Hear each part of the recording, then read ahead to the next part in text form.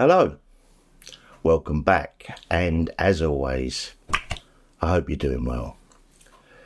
Right, this is an old subject, guys, but it was something I really need to discuss on the channel.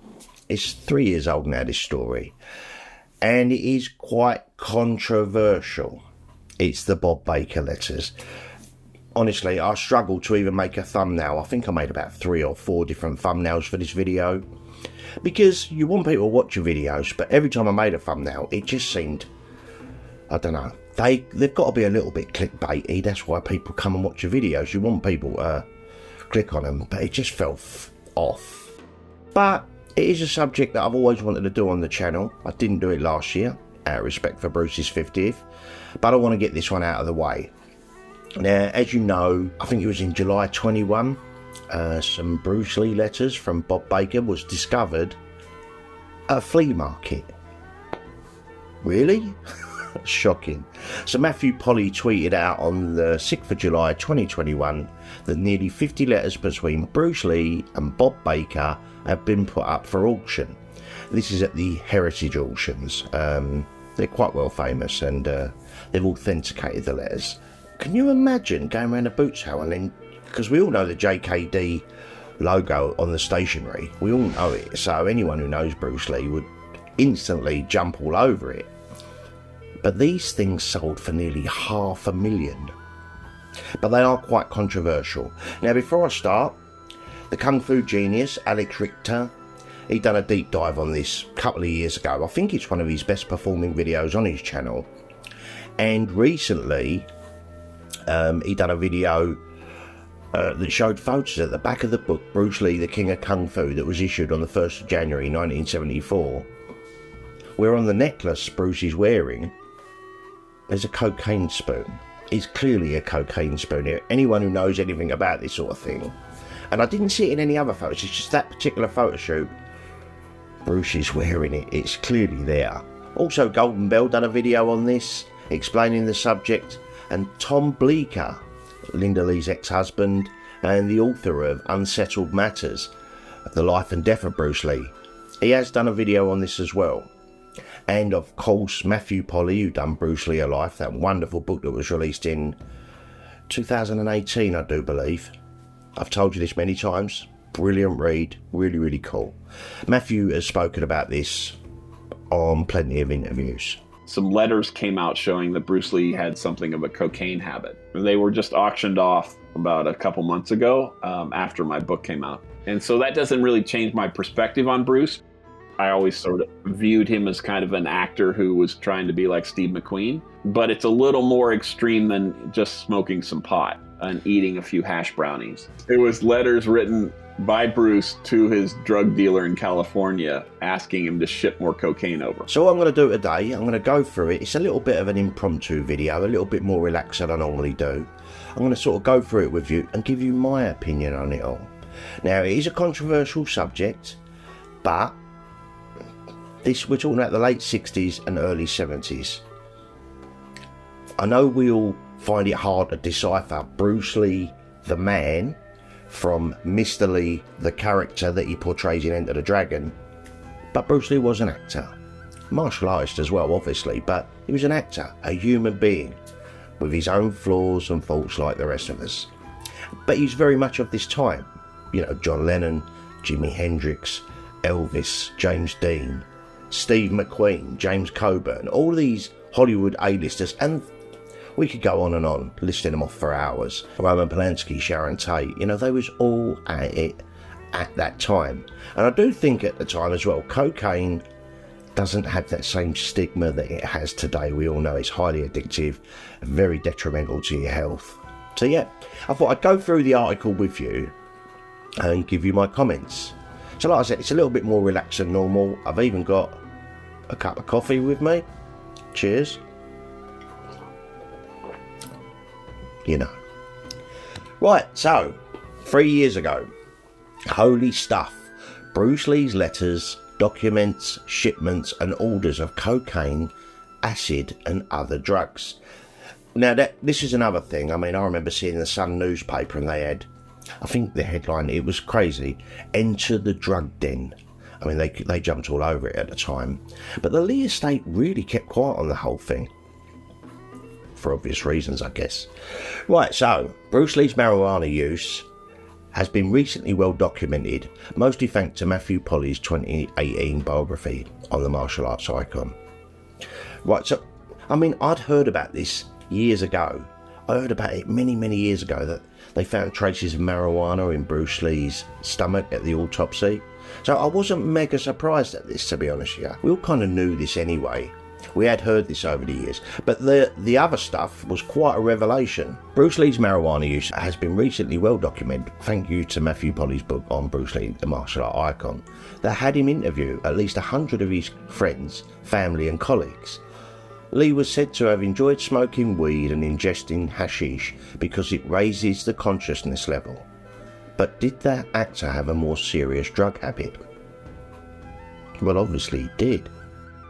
Enter Robert Baker. We all know Robert Baker from Fist of Fury. He played Petrov. Enter Robert Baker, who started out as a volunteer for the iconic 1-inch punch, demonstrated in 1964, and would eventually become Lee's close friend and confidant.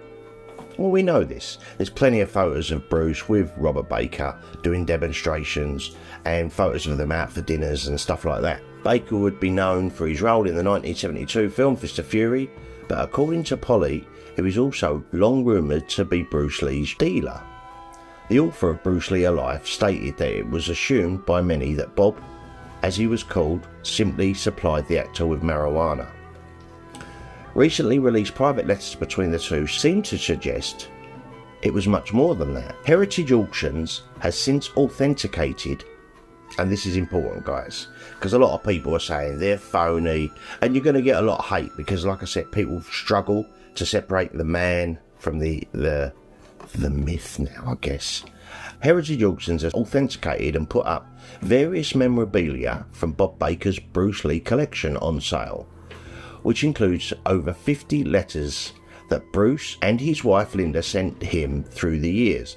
Most of them were handwritten, and many used Lee's personal Jeet Kune Do letterhead stationery, like I mentioned before. These personal correspondence discussed various topics such as their developing friendship, plans for their careers, Bruce Lee's back injury, and perhaps more striking, it also contains numerous references to drugs, including marijuana as well as cocaine. Well, blah blah blah blah blah, it goes through a lot of it. I actually want to go through the letters with you. So there's one typed letter that Bruce Lee typed, and this was dated 15th of December 1969, and it was sent from Los Angeles. A personal letter to thank you for bringing me the stuffs, especially the pipe and painting. I think Bruce Lee refers to marijuana as stuffs or holy stuffs.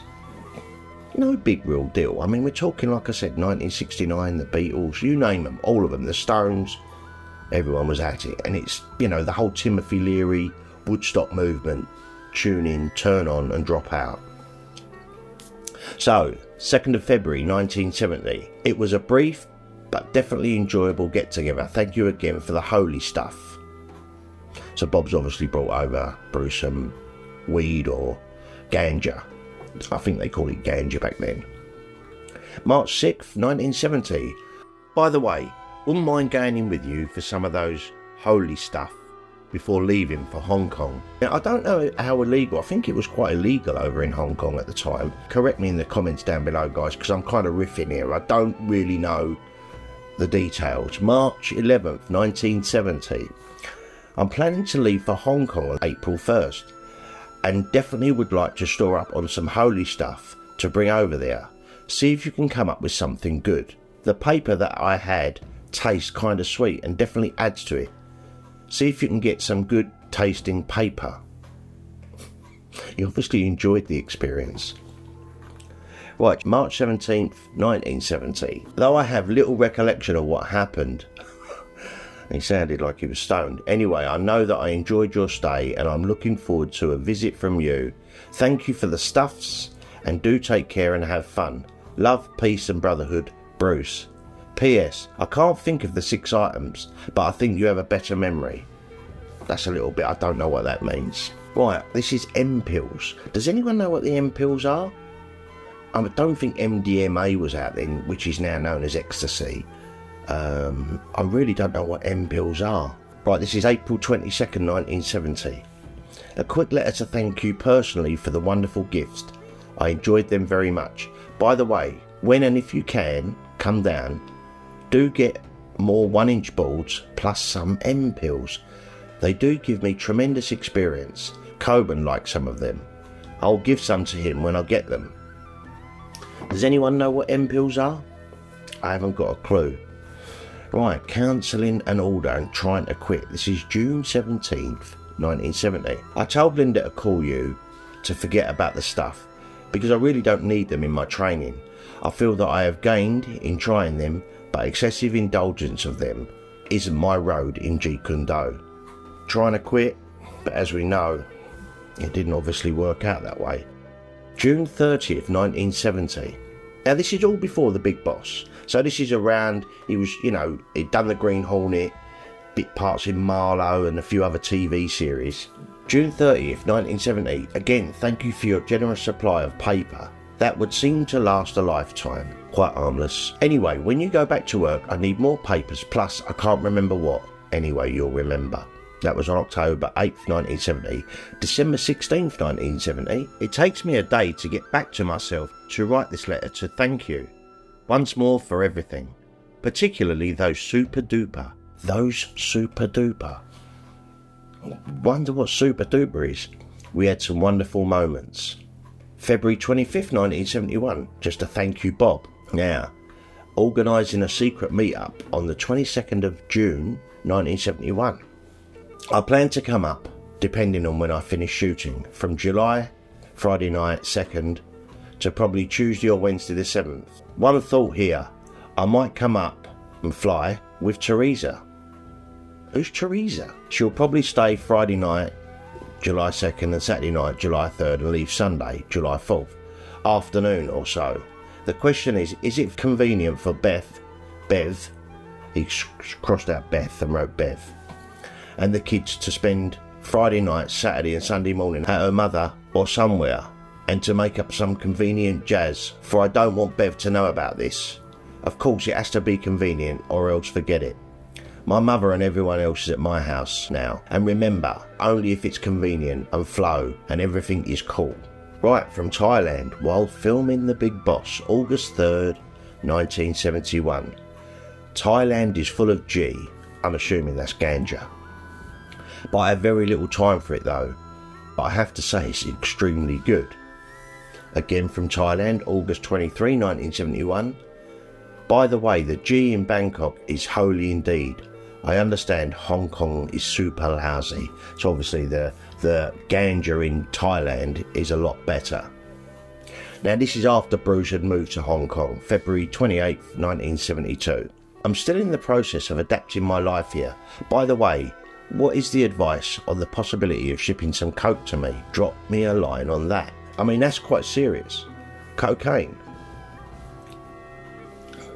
Right, this is planning the order and shipments of various drugs along with a firearm. Paranoia does actually come with doing cocaine. We've all seen Scarface. We know. And this is from late 1972. Regarding the goods, you can send them in a package addressed to Mr. Wu Nang.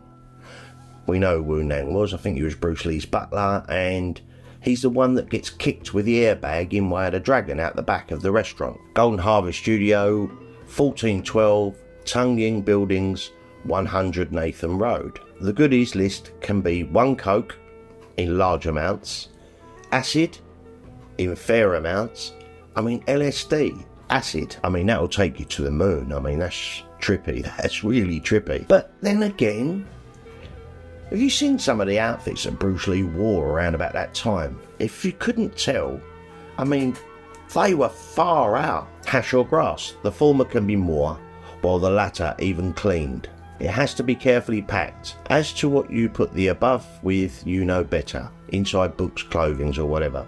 B. Also, when I come, I would like to have some more goodies ready for shipping, including finding me a real classy D-ringer? D-ringer? What's a D-ringer? from the shops, collection or whatnot. Also, find me a cowboy holster for my 45 fast draw. So send a request right away. They might open for a brief inspection or they might not, but play it safe. As for the total cost, let me know and I'll send you the money by airmail right away. P.S. Do you have access to psilocybin? We know what psilocybin is, magic mushrooms. If so, send me a little together with the info how to take it. Read about it in a book. This is 72 though. I mean, we are talking about that era. Now this letter's from Linda Lee. October 5th, 1972. I just wanted to check with you about the second shipment. We thought you would probably have sent it already, but it's not arrived. Hope nothing has happened to it in the mail. Please confirm that you have sent it or not. In regards to the money, I'll send it as soon as I can get to the bank to buy a money order. And that was obviously October 5th, 1972. The 22nd of November, 1972. One thing you have to do is to airmail me some fine C, if you can swing it. So he's cocaine around this time, around the end of the Big Boss, just before the Big Boss, and prior to Fist of Fury, seemed quite prevalent. You know, he was obviously taking quite a lot. December 11th, 1972. Airmail me some Coca-Cola, which is a slang name for cocaine. Do it the way you and I sincerely feel. In other words, whatever. Be cool about the package. Same procedure, Wu Nang. Quality man. I mean, he's putting Wu Nang's name on the envelope or on the package. Would Wu Nang have got into trouble if they got caught? Poor man. Right, this one, the date is illegible. You can't read the date on this one. He was obviously so stoned when he wrote it. Late 1972. Coolly. Send me some coke. How's everything? Stoned as hell, but I'm working on an upcoming character that some coke would help me in the formation, and, this bit's illegible, I want to create. Some cocaine would help him get into the character. I suppose if you look at the intensity of Fist of Fury, maybe you can see it a little bit, possibly, with all the twitching in the face and the... I don't know, it's subjective, I guess. Another after Baker's friend supposedly got busted in 1973. Deep regret on your friend being busted. Rush the Sparkle quality lots. By now you should have received my money order, though I feel it might be a slight delay because of your friend's situation. I hope you will send me the quality stuff you said you will send. It has never been from the street. In the meantime, I'm getting a quality spoon and scale. Do send it airmail like yesterday, haha. Now this is the spoon that Alex pointed out that Bruce Lee was wearing around his neck. Possibly. A lot of people done their cocaine. I mean, when we watch it in films, people make up lines and sniff it through a straw or a note or whatever. But I think a lot of them in Hollywood had the spoon and just... I don't know. I'm no expert, but you know. Right, March 21st, 1973. Just want you to know that Linda has yesterday sent an additional money you have requested. I had a hard day, a real hard day. You take care of yourself and your family. By the way, I'll be waiting for the 1 ounce of hash oil. It says hage oil, but I'm assuming it's hash oil I have ordered from you. Send it as soon as you can. From Linda Lee. This is from Linda. March 29th, 1973.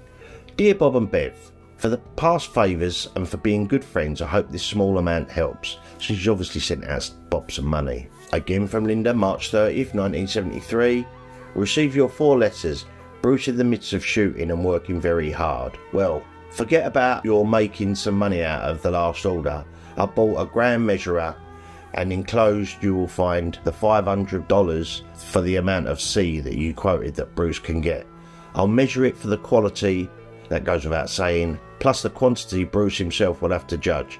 I hope you'll send him the mostest along with the ounce of hash oil or whatever. I mean, we're talking quite large amounts, and these letters are not that far apart, so how much he was doing. And a lot of people that spoke about Bruce Lee towards the latter years of his life, he'd become increasingly paranoid. It kind of all sort of like matches up. And I think this is the last letter from Linda Lee, April 16th, 1973. Dear Bob, It's been quite a while since you've written. I assume you've received the money order for $500 and I'm wondering if you have sent the C yet. Please let me know right away, because if you did not receive the money order, then I will have to talk to the bank to put a trace on it. How are you doing? We all hope things are straightening out for you. Say thanks to Bev for taking the risk and sending the last shipment to Bruce. Don't worry about Bruce using the C. He's not going overboard. Write very soon and let us know about the $500 money order and or when the C is coming. And I think that is the last letter. Now, Bob Baker, he died at the age of 52 back in 1993, either a stroke or a heart attack. So he sat on these letters for like 20 years, keeping this a secret. I don't know if he was financially stable, whether he had loads of money. I just don't know. But I suppose he could have sold these things, but he would have implicated himself. But what I struggle with is, how have these then sat for another 30 years-ish, and then they've just ended up in a flea market? Whoever found them, I wonder what they purchased them for from the flea market. Because like I said, they sold for nearly $500,000 to collectors around the world. Like I said before, a lot of people struggle to separate Bruce Lee's characters in the movies from the real man. Does it change how I feel about Bruce Lee? Not at all. Not at all.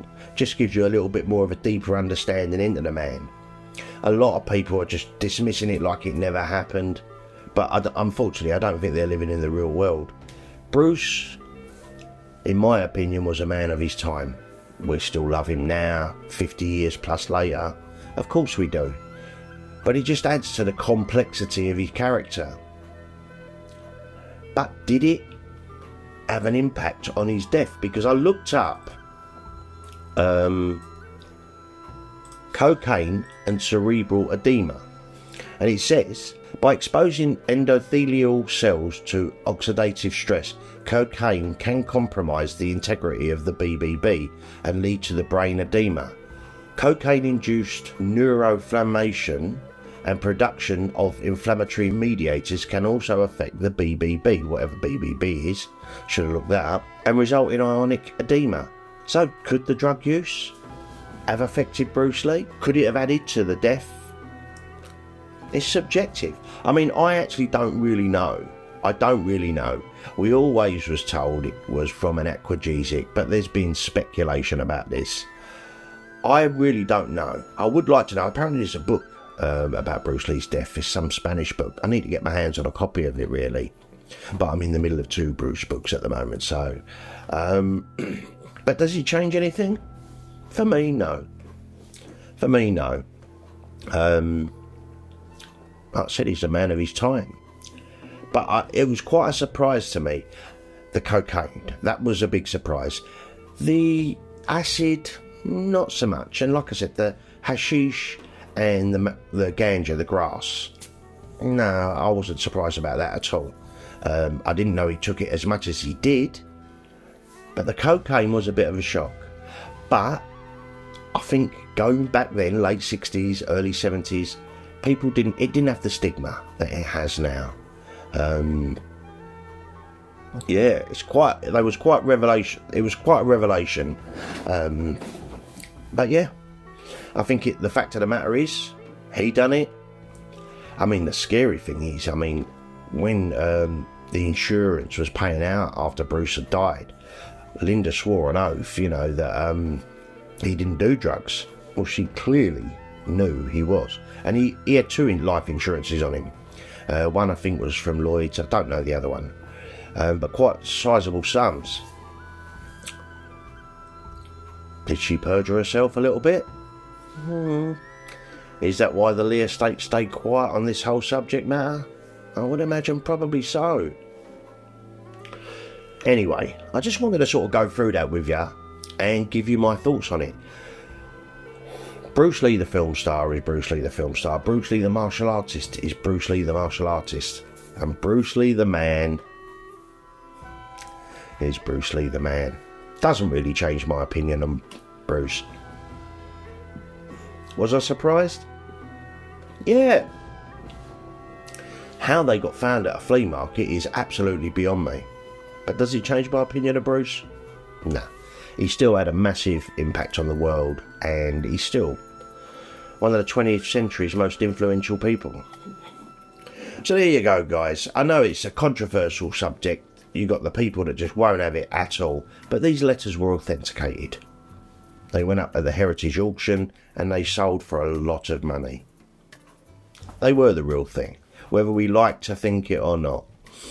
I do wonder if Matthew Polly will go back on the Bruce Lee A Life book and maybe do an updated, revised edition on this subject. I don't know. I'd like to think he would, but because that was a fascinating read. And he speaks about the hashish and the ganja. But we didn't know about the acid and the coke. Wow. Bruce Lee on cocaine, can you imagine that? Scary, scary. Right, I know it's a tough subject, guys. Not everyone's going to like this sort of video, but it is what it is. It is what it is. You know, we have him in the highest of regards, and I do too. Love Bruce Lee, of course I do. Been doing videos on him for half a year now. But it was a subject I weren't going to broach last year, but I wanted to get this one done. I did want to actually broach it, but I highly recommend the Kung Fu Genius. I don't understand why more people don't watch KFG. His knowledge on Bruce Lee is absolutely amazing. He knows so much about Bruce. And really interesting podcast he does. And you can ask him questions. He knows a lot. And like I said, he's the one who found the picture of the Coke spoon. I'm surprised that hasn't had loads more views. I know the drug letters video done really, really well. And it gave Alex a lot of hate as well as a lot of, you know. But it is what it is. I gave it a thumbs up. I thought it was a terrific video. And it was at the time as well. Obviously, there was videos coming out. And like I said, it was all in newspapers at the time. But I wasn't doing Bruce Lee content then. And I wasn't going to do it last year. Right, before I waffle on too long, and this video's probably gone on way too long by half because my reading's out of a 4-year-old. Excuse that. Yeah. If you like this sort of thing, maybe give it a thumbs up and subscribe to the Rambles. It doesn't cost you anything, and it does help this old chap out. Have yourself an amazing week, guys. Much love.